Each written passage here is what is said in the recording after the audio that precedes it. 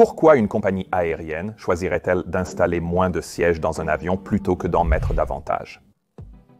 Dans une industrie où chaque mètre carré de l'espace cabine fait l'objet d'un calcul financier, il semble très étrange de lancer un nouveau produit qui occupe plus d'espace et de poids tout en transportant moins de passagers. Et pourtant, c'est exactement ce que Air France a fait avec sa nouvelle suite, la première. Au lieu de rajouter quelques rangées supplémentaires, la compagnie nationale française a fait le choix inverse, offrant à chaque passager de première classe encore plus d'espace, plus d'intimité et plus d'attention que jamais auparavant. Mais ce ne sont pas les seuls à faire cela non plus. À l'échelle mondiale, les compagnies aériennes font maintenant les mêmes paris. Que ce soit Air France en Europe, Emirates dans le Golfe ou Delta aux États-Unis, on observe un passage croissant des configurations à forte densité en classe économique vers des aménagements axés sur le haut de gamme, comme la classe affaires, la première classe, et même ces nouvelles super suites affaires. Et les compagnies aériennes font cela à une période d'incertitude mondiale. Les prix du carburant, l'inflation et l'instabilité de la demande poussent généralement les compagnies aériennes à jouer la carte de la sécurité en maximisant la capacité. Mais au lieu de cela, elles misent désormais sur un nombre plus restreint de passagers payant plus cher. Alors, qu'est-ce qui explique cette tendance? Est-ce temporaire ou peut-on s'attendre à ce que cela dure? Et si le transport aérien devient plus luxueux que jamais, qu'est-ce que cela signifie pour les passagers qui ne peuvent pas se le permettre? Eh bien, commençons par examiner l'économie de base derrière tout cela. Les compagnies aériennes génèrent des revenus en vendant des sièges, pas avec de l'espace vide. Pourquoi retirer 50 sièges en classe économique pour installer quelques modules en classe affaires? La réponse est assez simple. Comme toujours, c'est parce que ces sièges rapportent beaucoup plus d'argent. Un point clé à retenir ici, c'est que l'industrie aérienne ne réalise généralement pas de très gros bénéfices. Même lors d'une bonne année, la plupart des compagnies aériennes ne gagnent que quelques centimes par dollar encaissé. Ainsi, en 2024, par exemple, la marge bénéficiaire d'exploitation moyenne mondiale n'était que de 6,4. Cela suffit à peine pour satisfaire les investisseurs et garder les avions en vol. Avec des marges si faibles, les gros bénéfices ne viennent pas de la classe éco, mais plutôt de l'avant de l'avion. Et je ne parle pas non plus des pilotes ici, même si certains de mes collègues pourraient ne pas être d'accord. Avant la pandémie, les passagers premium, voyageurs en classe affaires et en première classe, ne représentaient qu'environ 5% des voyageurs internationaux. Mais selon les analystes du secteur, ces 5% rapportaient environ 20% des revenus des compagnies aériennes à l'échelle mondiale. Et sur les vols internationaux long courrier, ce chiffre grimpait même jusqu'à près de 30%. Donc, même si la majorité des passagers voyagent en classe économique, c'est ce petit groupe de personnes à l'avant qui fait la plus grande différence financière. En d'autres termes, toute cette stratégie de développement de cabines premium est une question de survie et de profit à long terme. En gros, vendre moins de sièges mais les vendre beaucoup plus cher. Et dans un secteur où économiser quelques dollars sur le coût par siège peut faire toute la différence sur l'année, pour de nombreuses compagnies aériennes, les quelques chanceux qui peuvent se permettre ces sièges pourraient bien être la clé entre être dans le vert ou dans le rouge. Les compagnies aériennes ne cherchent pas seulement à vendre un siège luxueux, mais toute une expérience. Dès leur arrivée dans le terminal, les passagers premium sont choyés avec des comptoirs d'enregistrement privés, des files de sécurité dédiées, des salons exclusifs et même un accompagnement personnalisé jusqu'à la porte d'embarquement. Et à bord, ce même luxe se poursuit avec des lits entièrement plats, des repas gastronomiques en plusieurs services, des équipements soigneusement sélectionnés et même des fleurs dans les toilettes. Pour des compagnies comme Delta, United, Air France ou Emirates, il ne s'agit plus seulement de vous transporter du point A au point B. Il s'agit de créer une expérience de voyage haut de gamme et sans accroc qui justifie ce prix élevé. Et il est élevé. Un siège typique en classe affaires sur un vol long courrier peut coûter de 3 à 6 fois plus cher qu'un billet en classe économique sur le même vol, et parfois même davantage selon la route.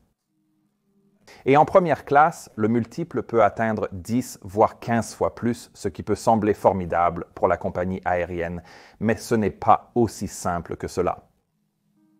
Vous voyez, ces sièges ne coûtent pas seulement plus cher aux passagers. Il coûte aussi beaucoup plus cher à la compagnie aérienne. Un siège de classe affaires moderne, surtout dans la version inclinable à plat avec accès direct à l'allée, peut coûter entre 100 000 et 350 000 euros par unité. Ainsi, avec 30 à 40 sièges dans une configuration typique d'un gros porteur, cela représente des millions d'euros investis uniquement pour la cabine, avant même le décollage de l'avion. Contrairement aux sièges économiques nécessitant peu d'entretien, ceux en classe affaires sont dotés de nombreuses pièces mobiles. Ils utilisent des moteurs électriques pour se déplacer, qui peuvent tomber en panne, ce qui arrive. De plus, il y a des séparateurs entre les sièges pouvant se bloquer, ainsi que d'autres éléments. Et un passager qui a payé pour ces sièges n'acceptera pas une expérience de moindre qualité. De plus, les systèmes de divertissement installés sur ces sièges possèdent souvent des commandes complexes et plusieurs écrans tactiles qui nécessitent un support logiciel constant, ce qui augmente la facture totale de maintenance. De plus, leur nettoyage est sûrement plus complexe. Ensuite, il y a le produit immatériel, l'expérience réelle du passager à bord. En classe économique, sur un vol long courrier, vous pouvez recevoir un repas simple et une boisson. Et sur les vols plus courts, vous n'aurez probablement même pas cela. Mais en classe affaires, les passagers s'attendent à une expérience de restauration complète de type restaurant avec un menu à la carte, ainsi que des trousses de confort de créateurs, de l'alcool haut de gamme et parfois même de vrais lits avec surmatelas et pyjamas offerts. Rien de tout cela n'est bon marché, et ce n'est pas seulement la nourriture et la trousse qui coûtent de l'argent, ce sont aussi les personnes qui y travaillent. Les cabines de classe affaires et première nécessitent beaucoup de main-d'œuvre. Les compagnies aériennes nécessitent plus de personnel navigant commercial par passager avec des membres d'équipage plus expérimentés et donc des salaires plus élevés. Dans de nombreuses compagnies aériennes, les membres d'équipage les plus anciens postulent et obtiennent souvent les lignes premium. Donc, pour la compagnie aérienne, cela signifie qu'elle utilise les personnes les plus coûteuses pour servir ses clients les plus exigeants. Évidemment, cela fait partie de l'expérience. Les passagers s'attendent à un service haut de gamme pour des milliers d'euros par siège. Mais comme je l'ai dit, ce coût doit être pris en compte dans cette équation. Pourtant, même avec ces réserves, l'économie des voyages haut de gamme fonctionne bel et bien. Mais seulement lorsqu'elle est bien réalisée. Alors, qu'est-ce que cela signifie? Eh bien, il s'avère que les compagnies aériennes doivent bien réfléchir à la manière dont elles déploient ces services. Mon équipe a mené des recherches et a remarqué que les histoires sur les voyages en classe premium ne sont pas toutes racontées de la même façon. En fait, le ton et l'angle d'une source peuvent varier considérablement selon la personne qui l'écrit. C'est là que le sponsor d'aujourd'hui, Ground News, s'est avéré très utile. Et vous pouvez voir ce que je veux dire en suivant sur ground.news/Mentour. Lorsque nous recherchons la première suite sur Ground News, souvenez-vous qu'il s'agit du nouveau produit premium d'Air France. Cette histoire spécifique avec plus de 30 articles est apparue. Et en un coup d'œil, on peut voir que 40% sont couverts par des conglomérats médiatiques et qu'aucun ne provient de médias indépendants. Ce qui pourrait signifier que la façon dont cette histoire est présentée peut beaucoup varier selon l'endroit où vous la lisez. Faisons une comparaison. Le journal de gauche Le Monde titre l'histoire ainsi « Air France lance une nouvelle première classe pour capter la croissance des voyageurs de loisirs fortunés en utilisant un ton neutre et axé sur les affaires ». Tandis que le journal de droite Le Figaro adopte une approche plus accrocheuse avec Air France rénove sa première classe pour séduire les touristes riches, utilisant un langage plus émotionnel et provocateur, mettant en avant le luxe et invitant à une réaction plus forte. Ground News est donc un outil de recherche vraiment puissant qui offre bien plus de contexte qu'un simple article ne pourrait jamais en donner. Et maintenant, il y a même un fil d'actualité spécialisé Mentour avec toutes les histoires d'aviation, de Boeing et de technologie que je couvre. Si vous en avez assez des gros titres sensationnalistes, je vous recommande d'y jeter un œil. Et vous pouvez le faire en scannant ce QR code ou en visitant ground.news/Mentour. Vous obtiendrez 40% de réduction sur le même abonnement que j'ai, soit seulement 5 $ par mois. Dépêchez-vous, cette offre est limitée dans le temps. Merci Ground News. Revenons à l'histoire. Quand les compagnies aériennes s'y prennent bien, une cabine de classe affaires complète peut rapporter plus que tout le reste de l'avion. Et si l'on prend en compte la fidélisation, les partenariats avec les cartes de crédit, les programmes de voyageurs fréquents, l'accès aux salons et les statuts élites, les passagers premium rapportent bien plus qu'on ne l'imagine en termes de rentabilité. Les compagnies aériennes sont donc prêtes à prendre ce pari. Effectivement, les sièges sont onéreux, tout comme la nourriture et le service leur reviennent plus cher. Mais si vous parvenez réellement à remplir ces sièges et à faire revenir ces passagers, alors la récompense en vaut vraiment la peine. Surtout dans un monde où les voyageurs de loisirs sont désormais prêts à dépenser davantage et où les voyageurs d'affaires reviennent lentement, parfois avec moins de contraintes budgétaires qu'auparavant. Cette transition vers davantage de cabines premium n'est pas uniquement une question de luxe, mais aussi de résilience. Dans un monde post-Covid où les compagnies aériennes ne peuvent pas toujours compter sur des cabines économiques pleines, elles misent plutôt sur les passagers qui paient le plus cher. Maintenant, même si la logique commerciale des cabines premium peut être universelle, la façon dont les compagnies aériennes l'abordent dépend beaucoup de la région du monde où vous voyagez, ou du moins c'était le cas auparavant. Prenons l'exemple des compagnies du Golfe, Emirates, Qatar Airways, Etihad et bientôt Riyad. Ces compagnies aériennes n'ont pas juste offert un service premium en option, elles ont bâti leur identité entière autour de ce concept. Donc dès le début, le luxe faisait partie de leur stratégie.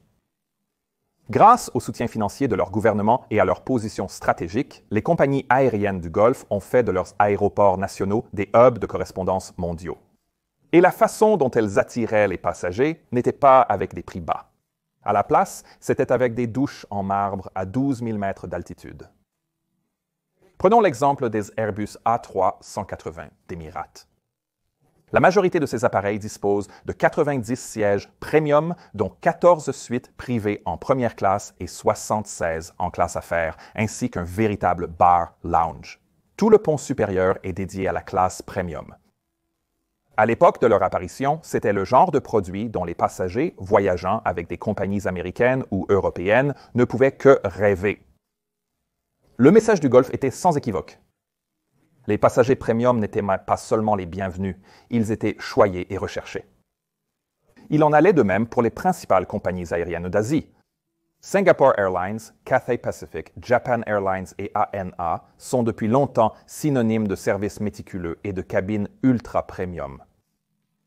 Le nouvel Airbus A350 000 de Japan Airlines, par exemple, propose une nouvelle suite immense en première classe et, pour la première fois sur une compagnie aérienne japonaise, des portes coulissantes en classe affaires. Là où la demande de voyages d'affaires est forte, les compagnies aériennes s'efforcent d'attirer les clients prêts à payer plus pour l'exclusivité. Et ce n'est pas non plus quelque chose de complètement nouveau. Des compagnies aériennes comme Eva Air à Taïwan proposent la classe économique premium depuis les années 1990, tandis que d'autres dans la région ne s'y sont mises que des décennies plus tard. Et puis il y a Air France, qui a désormais pleinement adopté cette même philosophie premium. Leur suite. La première était déjà impressionnante auparavant et avec leur toute dernière version, ils sont allés encore plus loin. Il n'y a que 4 sièges par rangée en première classe dans un Boeing 777, chaque siège s'étendant sur 5 hublots, offrant à chaque passager de première classe plus d'espace, plus d'intimité et plus d'attention que jamais auparavant. Ce n'est pas seulement du premium, c'est délibérément exclusif. C'est ainsi que les sièges premium ont évolué dans le Golfe et en Asie avant de finalement arriver en Europe. Mais qu'en est-il des États-Unis alors? Eh bien, tout au long des années 2000 et du début des années 2010, les compagnies américaines essayaient essentiellement de survivre dans le monde post-11 septembre. Des années de faillite, de fusion et de restructuration ont fait que l'investissement dans des cabines de luxe n'était vraiment pas une priorité, si bien que la première classe internationale a pratiquement disparu. American Airlines a été la dernière à résister, mais même eux ont fini par retirer la véritable première classe au profit de cabines affaires plus spacieuses. Delta One et United Polaris sont devenus la nouvelle norme. Des produits affaires corrects avec des sièges-lits plats, mais rien qui puisse rivaliser avec l'opulence de la Q-Suite de Qatar ou de la suite de Singapour. Encore aujourd'hui, la première classe américaine offre principalement des sièges plus spacieux avec boissons gratuites. Pas de portes coulissantes ni de caviar sur un vol d'Atlanta à Chicago. Les compagnies traditionnelles européennes comme British Airways et Lufthansa ont choisi une solution intermédiaire. Elles ont conservé la première classe internationale, mais généralement en petit nombre, 8 à 14 sièges tout au plus, réservés uniquement aux principales lignes d'affaires. Et du côté de la classe économique, de nombreuses compagnies européennes ont en fait augmenté la densité. British Airways, par exemple, est passé de 9 à 10 sièges de front sur certains de ses Boeing 777. Et la classe affaires intra-européenne signifie souvent guère plus qu'un siège économique avec le siège du milieu laissé vide. Maintenant, je sais que ce n'est pas une comparaison équitable. Les compagnies du Golfe opèrent presque exclusivement sur des vols long courriers où le confort compte davantage. Les compagnies américaines disposent de vastes réseaux domestiques où les passagers sont moins enclins à payer pour le luxe. Ainsi, le marché a façonné le produit, mais c'est là que les choses deviennent intéressantes. Ces dernières années, nous avons assisté à une convergence. Les compagnies aériennes s'inspirent mutuellement. Et les frontières autrefois claires entre l'extravagance du Golfe, l'excellence asiatique et le pragmatisme occidental deviennent désormais floues. Même aux États-Unis, les choses ont commencé à changer spectaculairement. Récemment, les compagnies américaines accusaient un retard sur leurs concurrentes européennes et asiatiques en matière de qualité des cabines premium. Mais la tendance commence à s'inverser. Prenez United, par exemple. Au cours des dernières années, ils ont lancé un vaste programme de modernisation de leur flotte dans le cadre de ce qu'ils appellent le plan United Next. Pratiquement tous les avions gros porteurs de leur flotte ont été équipés de nouveaux sièges Polaris en classe affaires, comprenant des suites entièrement inclinables, avec accès direct à l'allée, plus grande et plus privée que tout ce que la compagnie aérienne avait proposé auparavant. Et, point crucial, ils sont également uniformes. Donc, que vous voyagiez de Newark à Londres ou de San Francisco à Tokyo, vous allez probablement retrouver le même produit. United a également établi une référence avec ses salons Polaris, réservés aux passagers de la classe affaires long courrier. Ces salons offrent maintenant une restauration gastronomique, des douches et une réelle expérience luxueuse avant le vol. Et puis il y a Delta. Delta a lancé la suite Delta One avec des portes coulissantes, une première pour une compagnie aérienne américaine. Un signal clair qu'ils voulaient jouer dans la même cour qu'Air France ou Qatar Airways. Et cela a fonctionné. Delta ne s'est pas arrêté là. Leur cabine Premium Select, leur version de la classe économique Premium, est bien supérieure aux sièges domestiques avec espace supplémentaire pour les jambes. Ces sièges offrent à la place des fauteuils plus larges avec un espacement supplémentaire, une inclinaison plus importante, des repas améliorés et un service dédié dans la cabine, comblant ainsi l'écart entre l'avant et l'arrière de l'avion. Et personnellement, je pense vraiment que ces sièges sont probablement le meilleur rapport qualité-prix que vous puissiez obtenir en ce moment. Plus récemment, Delta a également annoncé une gamme de services au sol spécialement conçus pour les clients Delta One, comprenant des comptoirs d'enregistrement séparés et des salons Delta One exclusifs, à commencer par les principaux hubs internationaux. Et c'est clairement une initiative destinée à concurrencer l'expérience au sol Polaris de United. En résumé, il semble que les compagnies aériennes américaines aient enfin compris que le confort se vend vraiment. Et à une époque où la demande pour les classes premium augmente, des produits comme Delta One et Premium Select ne sont plus simplement des options agréables à avoir. Comme l'a récemment déclaré le président directeur général de Delta, ils ont désormais plus de personnes prêtes à payer pour des sièges premium qu'ils n'ont de sièges premium disponibles. Pendant ce temps, les géants du Golfe s'adaptent eux aussi. Emirates n'a ajouté la classe économique premium que récemment, un signe de l'essor du marché du luxe intermédiaire. Et Qatar Airways a tellement confiance en ses sièges de classe affaires Q-Suite qu'elle ne propose même plus de première classe sur la plupart de ses appareils. Et pourquoi cela? Eh bien, parce qu'une excellente classe affaires s'avère suffisante pour la plupart des voyageurs haut de gamme. Et elles sont également plus rentables au mètre carré que les suites de première classe extravagantes. J'ai moi-même eu le plaisir de voyager avec ma femme dans ces Q-Suites. Et je dois dire que même si c'est très cher, cela transforme le trajet d'une corvée nécessaire en l'un des vrais moments forts de n'importe quelle vacances. Qu'en est-il de la situation en Europe? Que s'y passe-t-il? Eh bien, nous en avons déjà un peu parlé, mais le président, directeur général de Lufthansa, Carsten Spohr, est convaincu qu'après des années à essayer de réduire leur offre de première classe, 2023 a été la première année où mon équipe m'a dit qu'il fallait augmenter la première classe. Les cabines premium sont désormais un véritable terrain de compétition. Que ce soit Air France qui exploite un Boeing 777 équipé de la première sur l'un de ses nombreux vols quotidiens vers New York, mais étrangement seulement un parmi toute sa flotte. Ou Singapore Airlines qui adapte la répartition des sièges en fonction du profil de la demande de la route, les configurations de cabines sont désormais devenues une sorte d'échiquier économique. Et je pense qu'il est vraiment essentiel que vous compreniez que ce qui se passe maintenant, c'est que les compagnies aériennes ne se contentent plus de concevoir et d'équiper des cabines de luxe à la volée, elles les attribuent aussi de manière tactique. Un Boeing 777 configuré avec la première et une grande section classe affaires est susceptible d'opérer principalement vers des destinations comme New York ou Tokyo où les voyageurs d'affaires à forte contribution et les passagers loisirs aisés justifient cette configuration. Mais Air France ne prend pas ce même avion pour l'envoyer ensuite aux Caraïbes. Ces routes principalement touristiques accueillent généralement des avions avec plus de sièges en classe économique et des cabines premium plus compactes, privilégiant le volume au luxe. Cette stratégie de déploiement permet à la même compagnie aérienne d'adapter son produit et sa rentabilité pour répondre à la demande de chaque marché. Le même type d'avion est utilisé, mais dans un contexte commercial totalement différent selon la route. Pour la compagnie aérienne, cela pourrait créer des problèmes intéressants. Si par exemple, il y avait besoin d'un changement d'avion soudain et que l'avion de remplacement n'avait pas la même cabine, eh bien, la compagnie aérienne aurait alors affaire à des voyageurs premium vraiment mécontents. Et ce genre de réajustement d'horaire arrive, croyez-moi. Mais en mettant ces aspects pratiques de côté, il semble que l'industrie aéronautique mondiale soit désormais parvenue à une conclusion commune. Si vous transportez moins de passagers, il vaut mieux vous assurer que chacun d'entre eux rapporte davantage.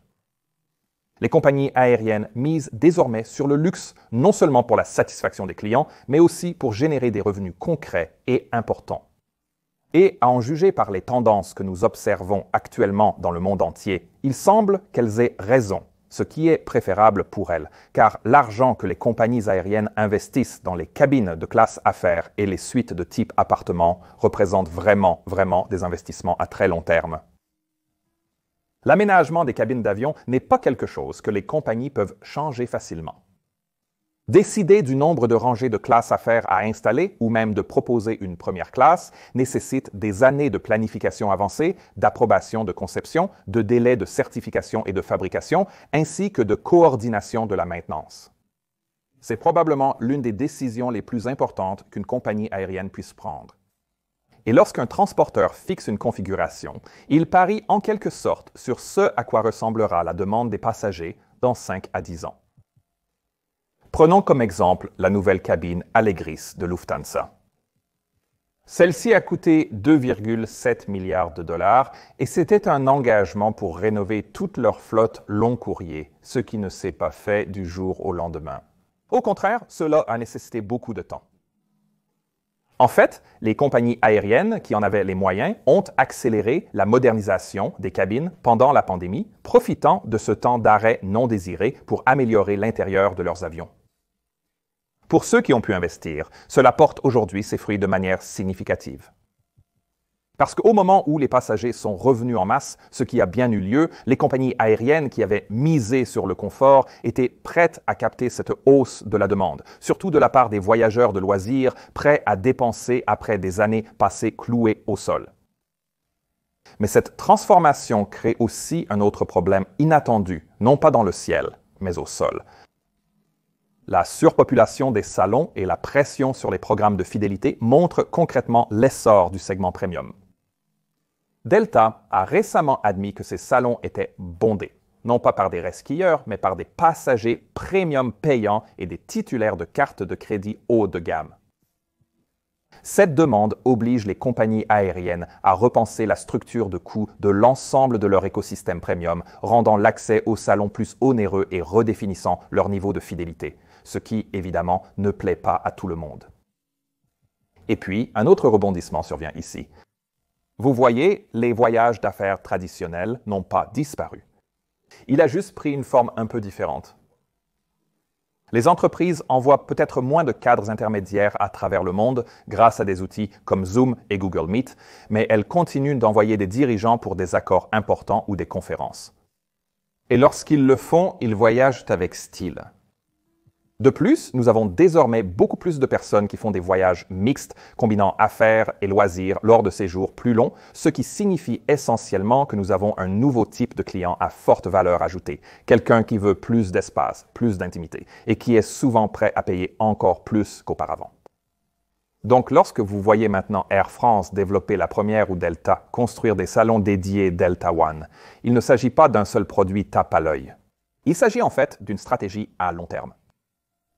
Les compagnies aériennes parient que les voyageurs de demain, qu'ils célèbrent un événement personnel ou concluent un accord, continueront à payer plus cher pour une meilleure expérience. Malheureusement, pour les personnes voyageant en classe économique, la diminution du nombre de sièges en économie, surtout sur les avions long courrier, signifie que davantage de passagers cherchent désormais à réserver un nombre de places plus limité. Et cela signifie que les prix des sièges en classe économique sont également en hausse.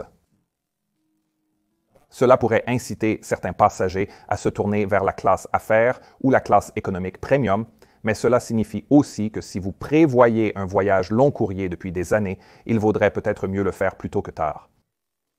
Mais j'aimerais beaucoup connaître votre avis. Pensez-vous que les compagnies aériennes font fausse route en misant autant sur les voyageurs premium ou prévoyez-vous un vol en classe affaires prochainement? Dites-le moi dans les commentaires. D'ailleurs, c'est exactement le genre de sujet que Ben et moi abordons dans notre podcast Captain Speaking, que j'espère vous avez déjà écouté. C'est totalement improvisé et authentique. Et j'adore vraiment faire ça. Maintenant, si vous voulez voir ma prochaine nouvelle vidéo avant tout le monde, peut-être même aujourd'hui, ou si vous voulez participer à ma prochaine réunion Zoom, alors scannez ce QR code ou rendez-vous sur patreon.com/join/MentourPilot. J'aimerais vraiment vous y voir. Passez une journée fantastique où que vous soyez. À la prochaine. Au revoir. Patchy, viens, dis au revoir. Dis au revoir.